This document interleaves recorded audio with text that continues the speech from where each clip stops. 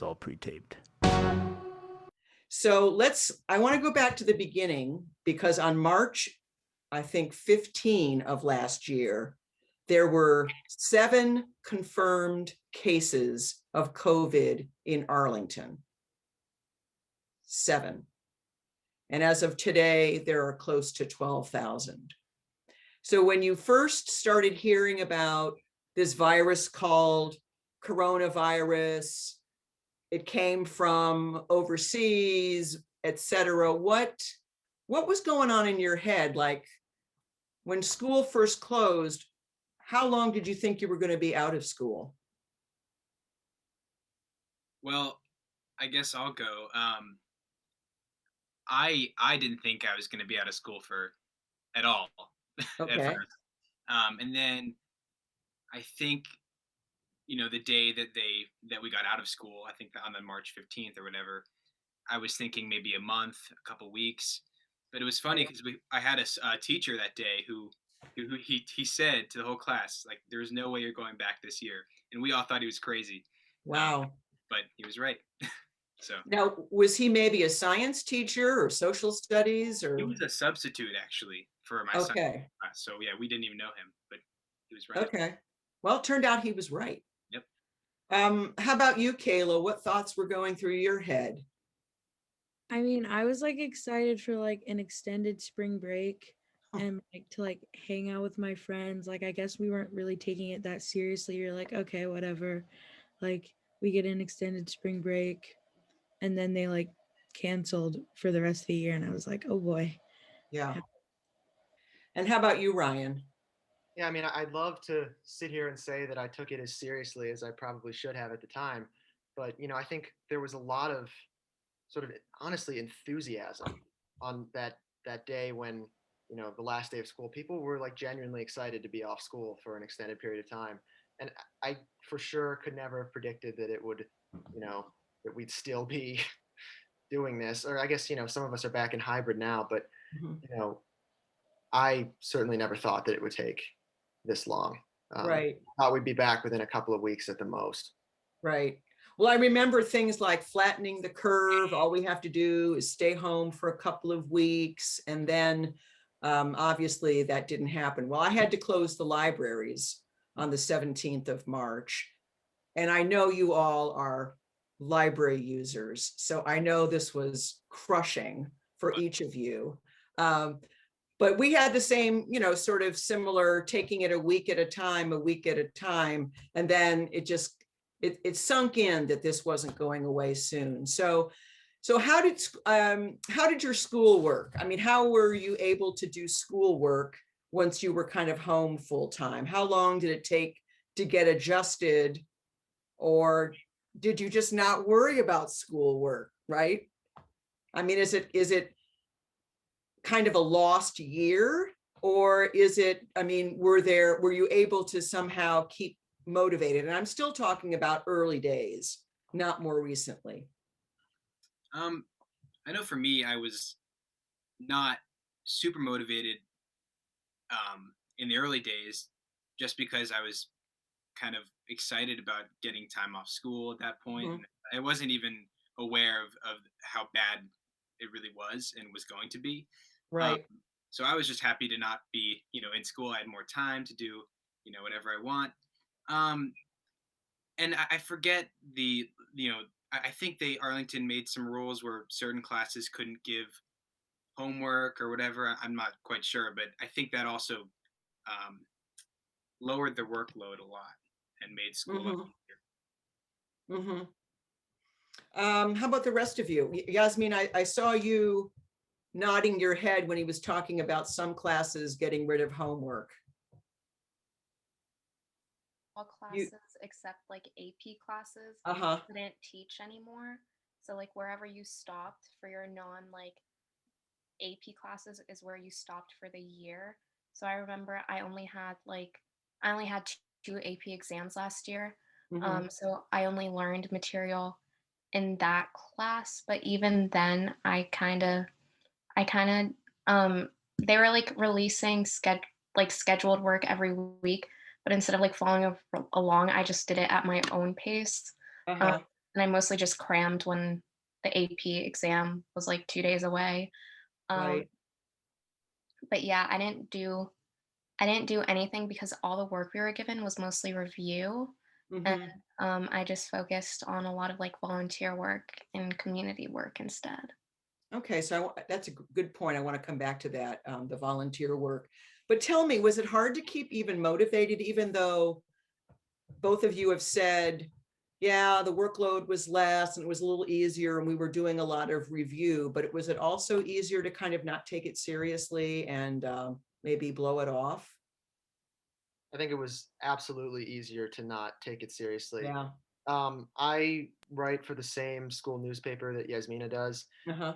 And I remember I think it was in April, I wrote something about like the transition to online school at the time. Mhm. And I interviewed quite a few students for that, and all of them basically had the same thing to say, which was just that like it's really hard to motivate yourself to do work when there's, you know, not going to be finals likely, or, really all you had to worry about was the AP test. So, Mhm. I feel like a lot of people did struggle with motivation, me being one of them. Mhm. Uh, So yeah, for sure. Yeah. How about you, Kayla? Um, I definitely had a hard time like being motivated to do school stuff, but I found that time and used it to write essays for college and Okay. stuff early. So I guess it was like good, but I also wasn't doing like high school stuff. I just kind of threw that away and started working on college. Okay. And you're the only senior in the group, right? The rest of you are juniors? Right, okay. So those of you who are juniors, isn't this the year that you really have to have great grades going into senior year and be thinking about where you want to go to college or whether or not, so how has this year affected your plans going forward? Yeah, I haven't had any issues, maintaining good grades in the online learning environment, but I will say there's been a lot more uncertainty regarding sort of like end of the year stuff, like AP tests, and other things, than maybe in the past, like whether they're going to be online and how what it's going to look like, and what do colleges care about, now since everything's different. Um, And how about the school counselors? I mean, have they been helpful about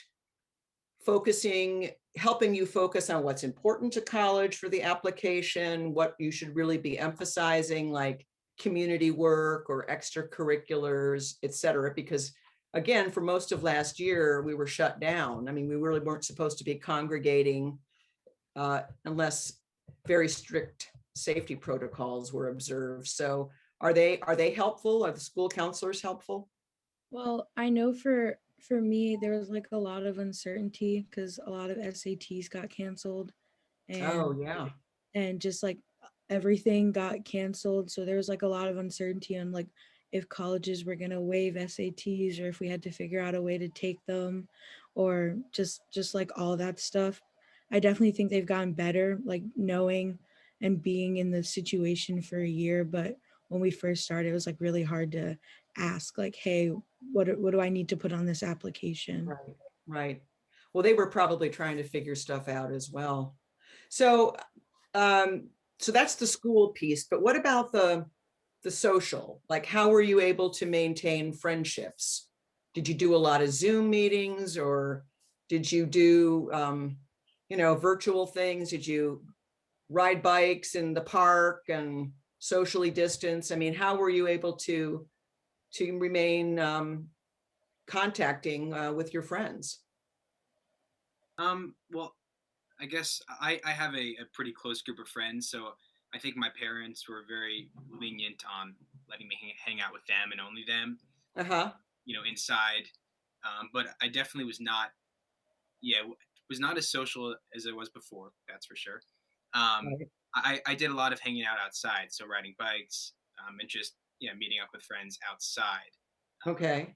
wearing masks. Okay. How about you, Yasmina? It was definitely easier back in like March through like August because we didn't have school. It was also like warmer outside, so we could get away with doing things outside.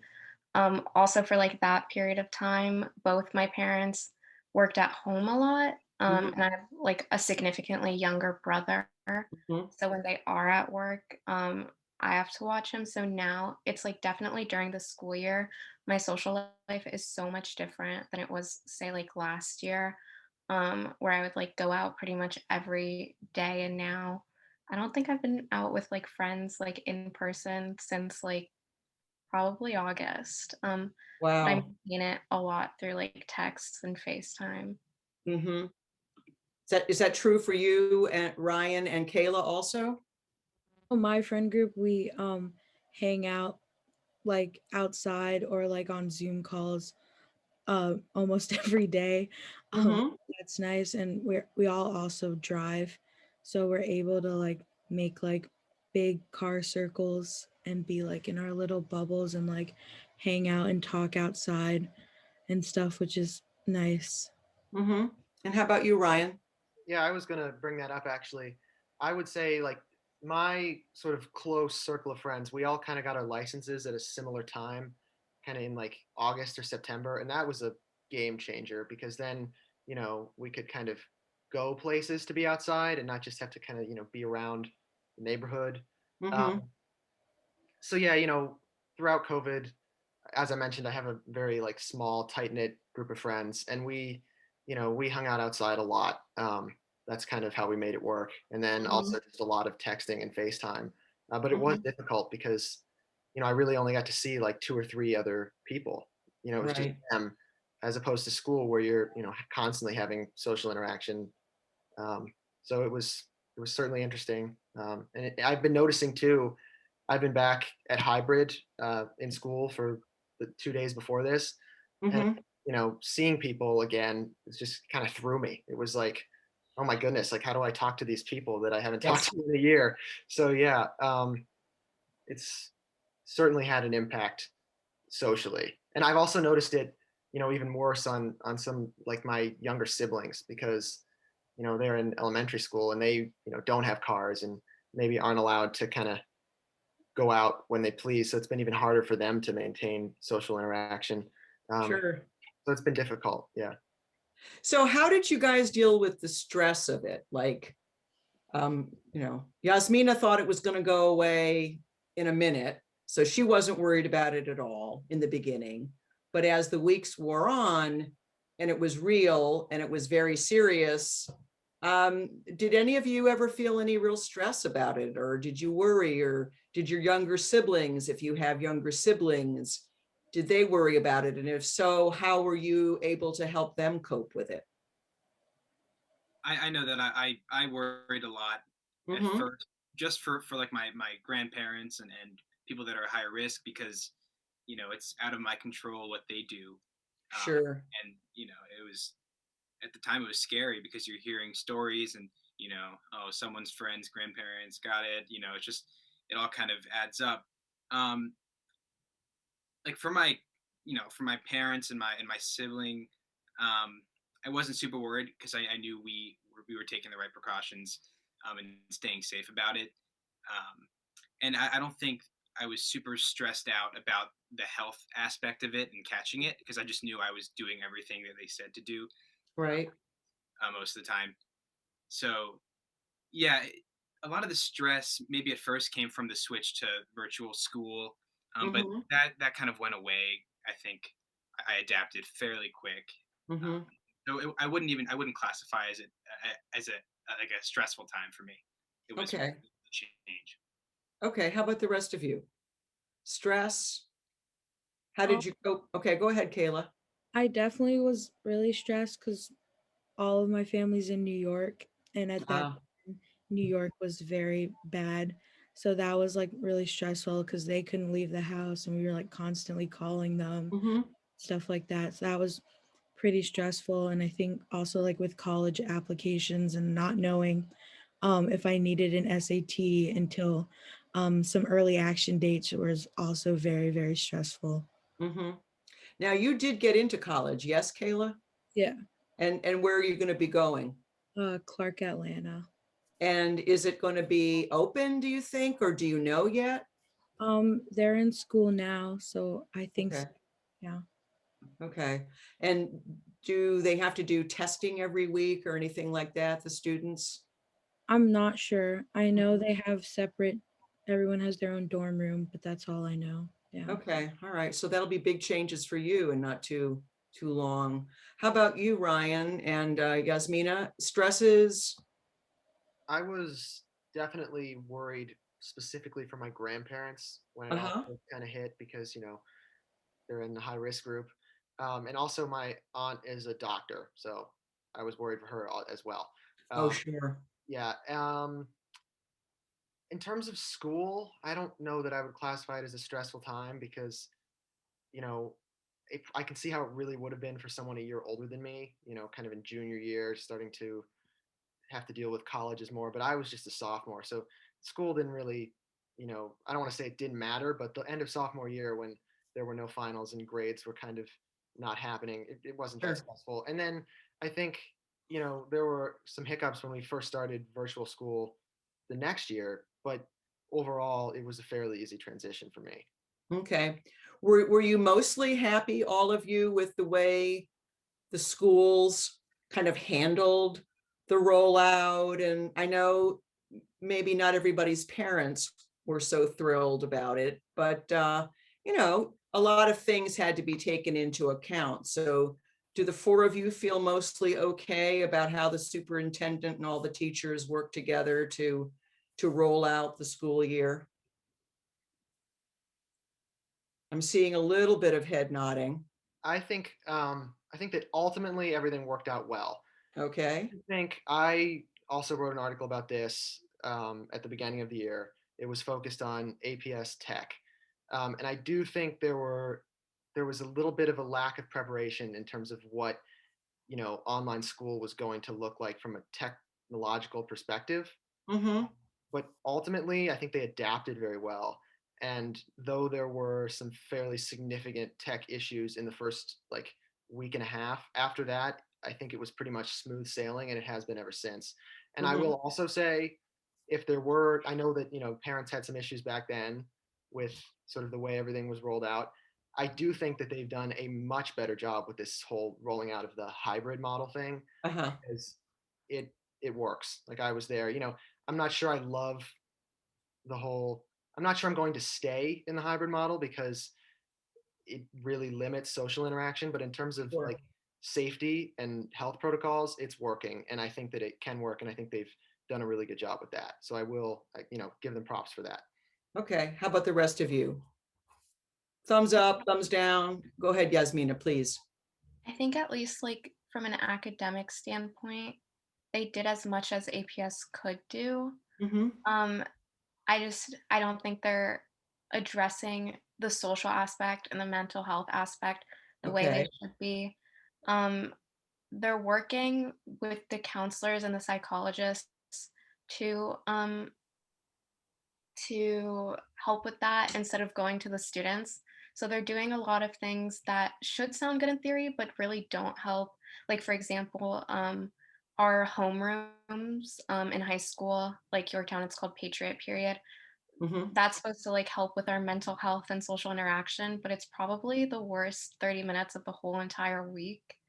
It's just awkward and clunky and in the middle of the day and serves absolutely no purpose other Mm-hmm. than wasting our time.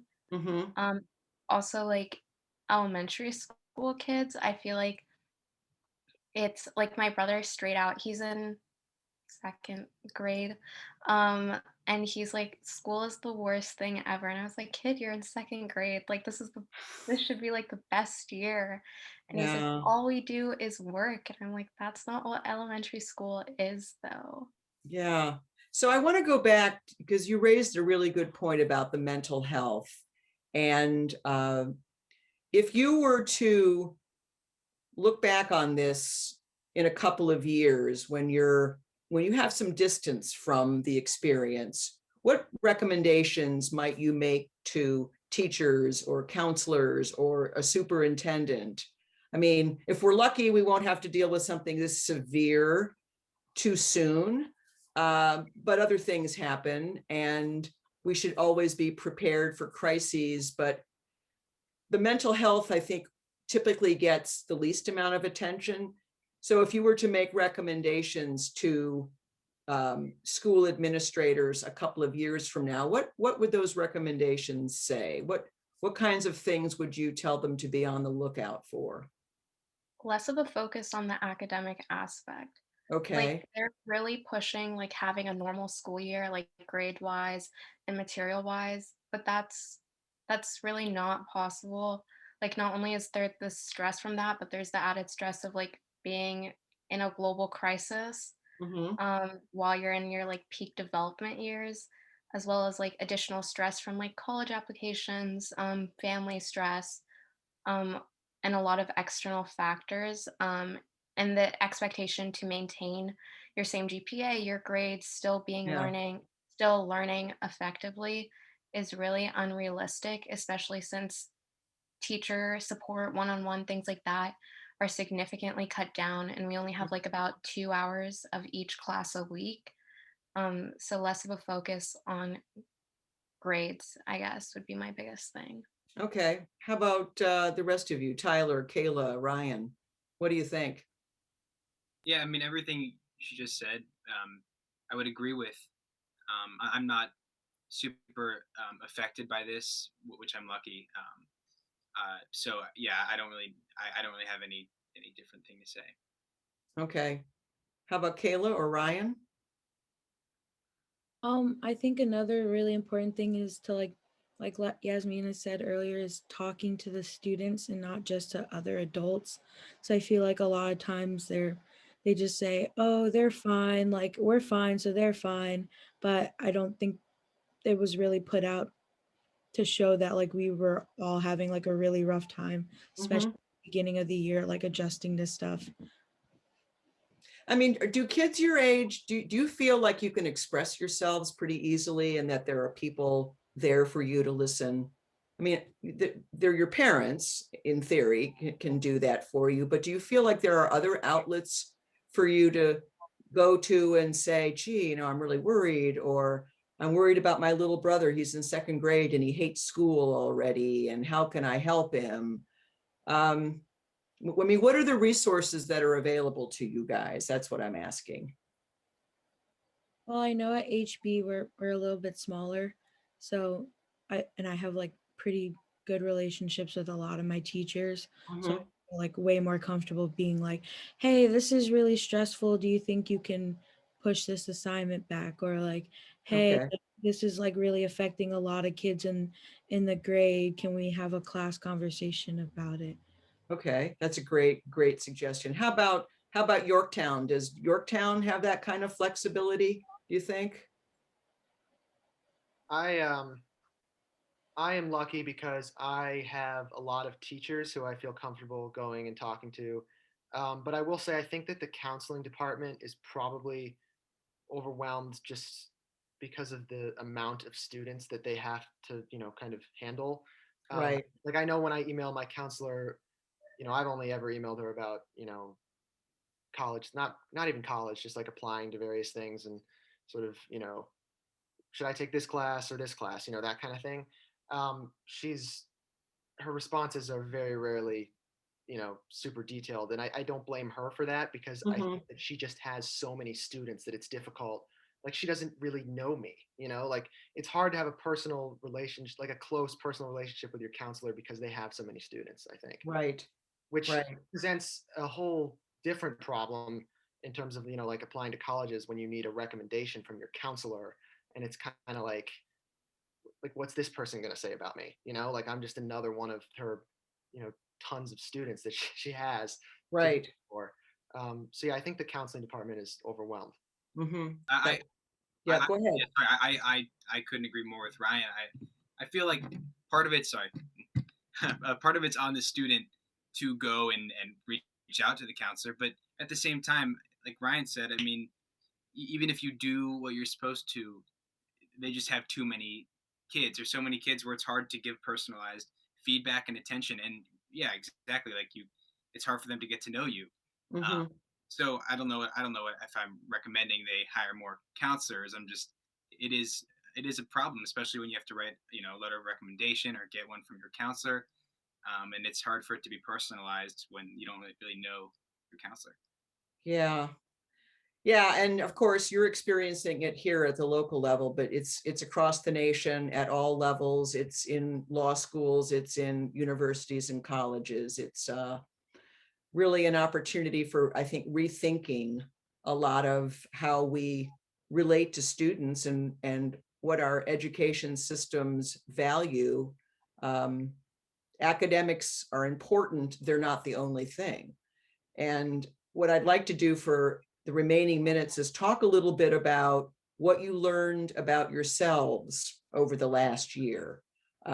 Quite apart from, you know, whether you got into college or not, or meeting with friends, what was important that you learned about yourself and your journey through the year?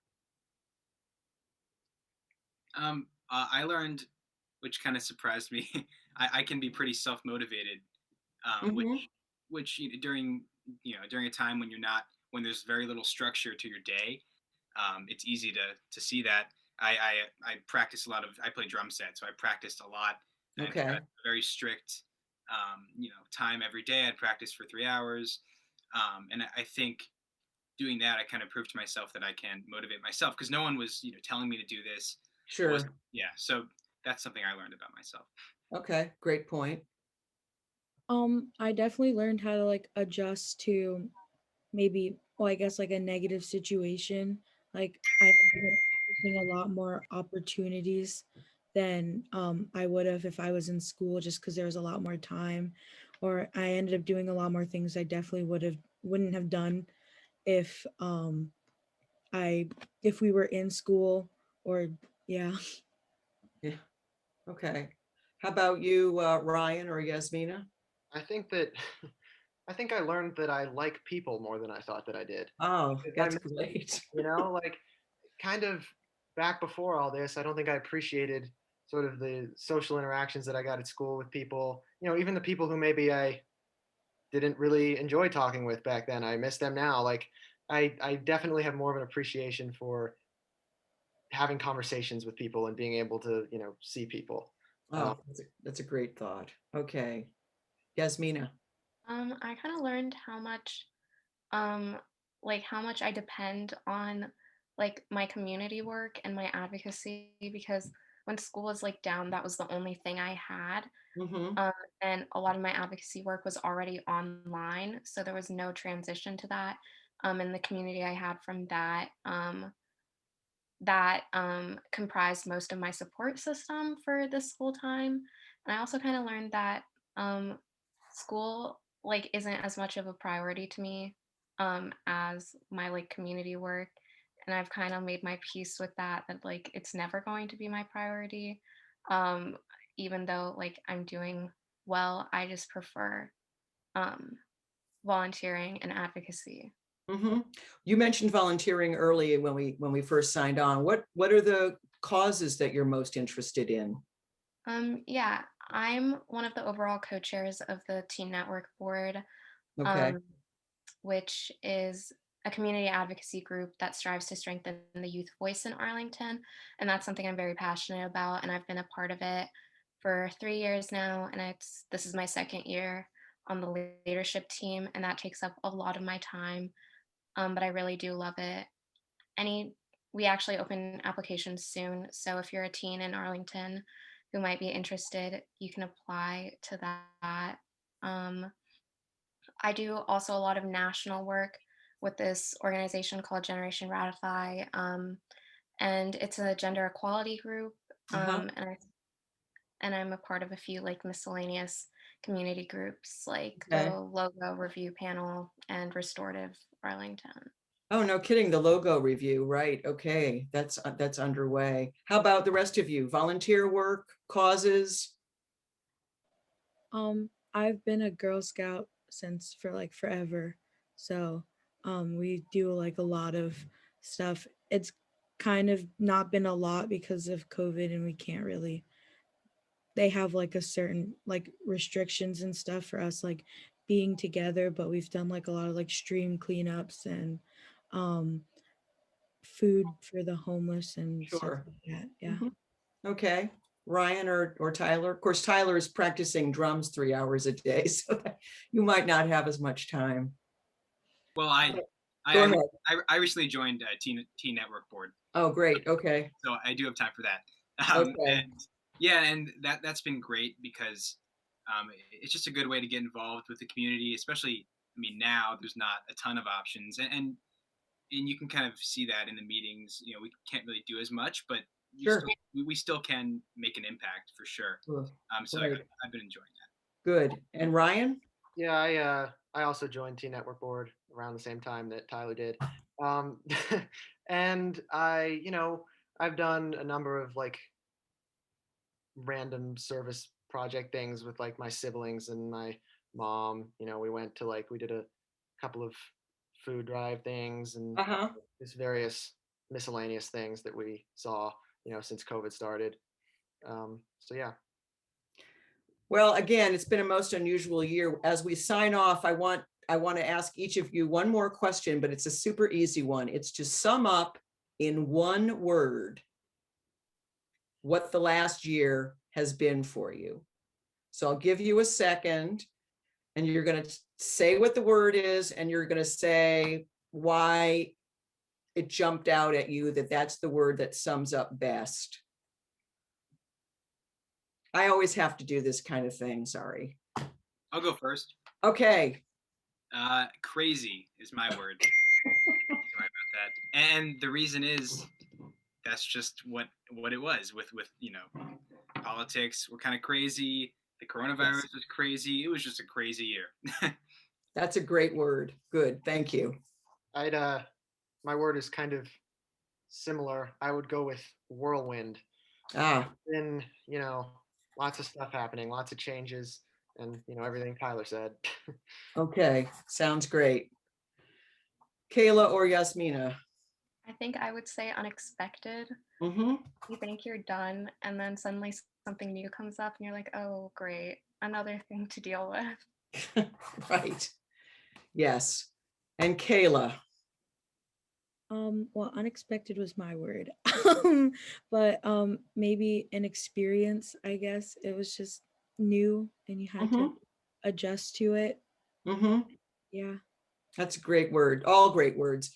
Well, you kids are terrific. And I hope that things continue to improve in the community for you. And you all are extremely mature and thoughtful. And if you're any example of the rest of the student bodies in Arlington, and I think we're in really good shape, I can tell you, hands down, I was not as mature as you are when I was graduating from Yorktown High School in 1972, which is before the internet, before Title IX, before Game Boy, before all that stuff.